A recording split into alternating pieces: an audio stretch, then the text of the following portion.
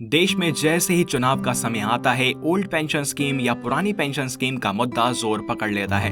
इस दौरान अलग अलग राजनीतिक पार्टियां पुरानी पेंशन योजना को वापस लागू करने का वादा करती हैं। हाल में कई राज्यों में पुरानी पेंशन स्कीम को लागू भी किया गया है, जिनमें छत्तीसगढ़, राजस्थान आदि शामिल हैं। वहीं कई राज्य सरकारें पुरानी पेंशन योजना लागू करने का दावा कर रही हैं। और कुछ एक्सपर्ट्स का कहना है कि इस बार कांग्रेस जो हिमाचल प्रदेश में चुनाव जीती है, वो भी ओल्ड पेंशन स्कीम की वजह से ही जीती है।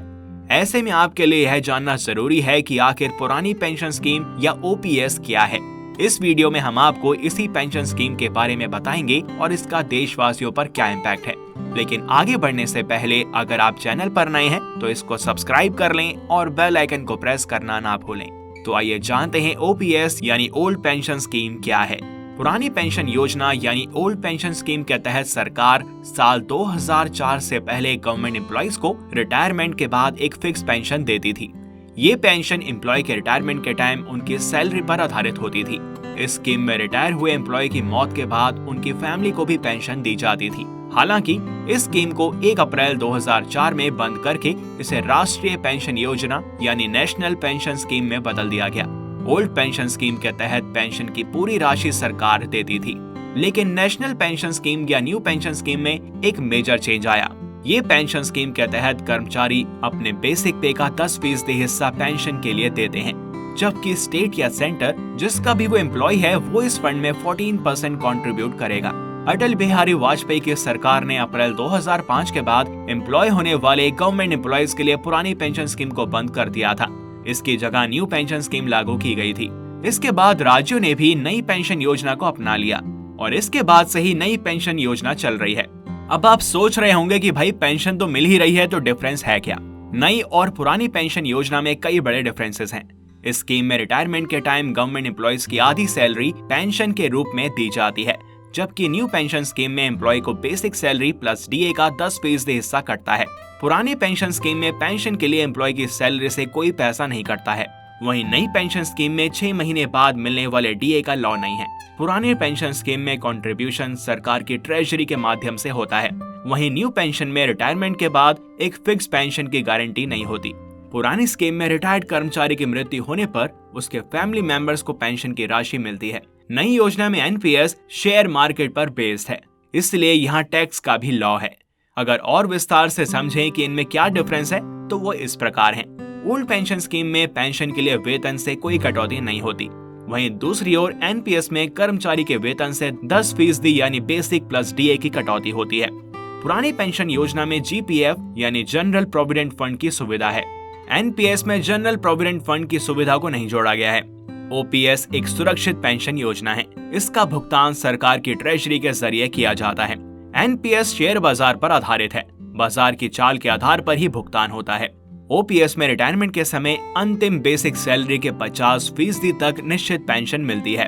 एनपीएस में रिटायरमेंट के समय निश्चित पेंशन की कोई गारंटी नहीं है। पुरानी पेंशन योजना में 6 महीने के बाद मिलने वाला महंगाई भत्ता यानी कि डीए लागू होता है। एनपीएस में 6 महीने बाद मिलने वाला महंगाई भत्ता लागू नहीं होता।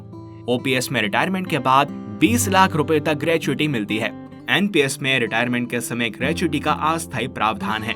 ओपीएस में सर्विस के दौरान मौत होने पर फैमिली पेंशन का प्रावधान है। एनपीएस में सर्विस के दौरान मौत होने पर फैमिली पेंशन मिलती है, लेकिन योजना में जमा पैसे सरकार जब्त कर लेती है। ओपीएस में रिटायरमेंट पर जीपीएफ के ब्याज पर किसी प्रकार का इनकम टैक्स नहीं लगता है। एनपीएस में रिटायरमेंट पर शेयर बाजार के आधार पर जो पैसा मिलेगा उस पर टैक्स देना पड़ेगा। ओपीएस में रिटायरमेंट के समय पेंशन प्राप्ति के लिए जीपीएफ से कोई निवेश नहीं करना पड़ता है। एनपीएस में रिटायरमेंट पर पेंशन प्राप्ति के लिए एनपीएस फंड से 40% पैसा इन्वेस्ट करना होता है। ओपीएस में 40% पेंशन कंप्यूटेशन का प्रावधान है। एनपीएस में यह प्रावधान नहीं है।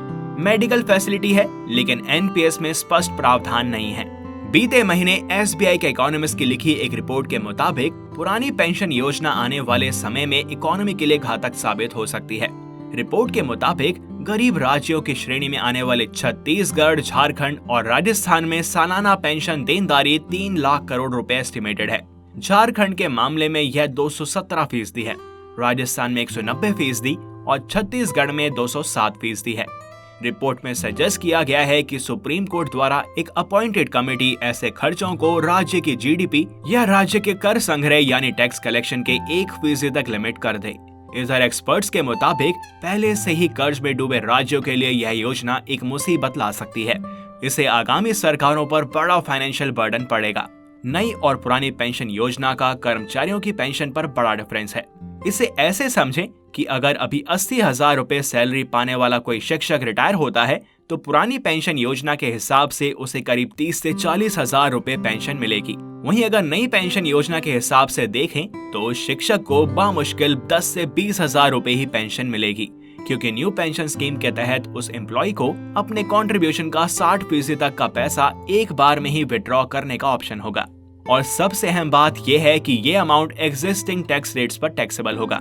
तो आप सोचिए जरा कि एक तरफ कुआं है तो दूसरी तरफ खाई। अगर ओल्ड पेंशन स्कीम लाएंगे तो देश की इकोनॉमी बैठ जाएगी, और न्यू पेंशन स्कीम लगाएंगे तो सरकारी जॉब में मिलने वाली पेंशन कम हो जाएगी। तो अगर आप इन शॉर्ट देखें तो इस चीज का फ्यूचर दोनों तरफ से ही खतरे में है। अब इसका सोल्यूशन क्या है? इसका सोल्यूशन यही है कि एनपीएस से कंटिन्यू किया जाए और इसमें 1-2 फिक्स कंपोनेंट डाले जाएं, जिससे आर्थिक बोझ ना पड़े और एम्प्लॉयज को उनकी पेंशन में ज्यादा कुछ खोना ना पड़े। आपकी इस बारे में क्या राय है? हमें कमेंट करके जरूर बताएं। और अगर आपको ये वीडियो पसंद आई हो तो इसे लाइक करें और ज्यादा से ज्यादा शेयर करें। साथ ही चैनल को सब्सक्राइब और बेल आइकन को प्रेस करना ना भूलें। मिलते हैं आपसे नेक्स्ट वीडियो में और भी इंटरेस्टिंग कंटेंट के साथ। Till then, good bye.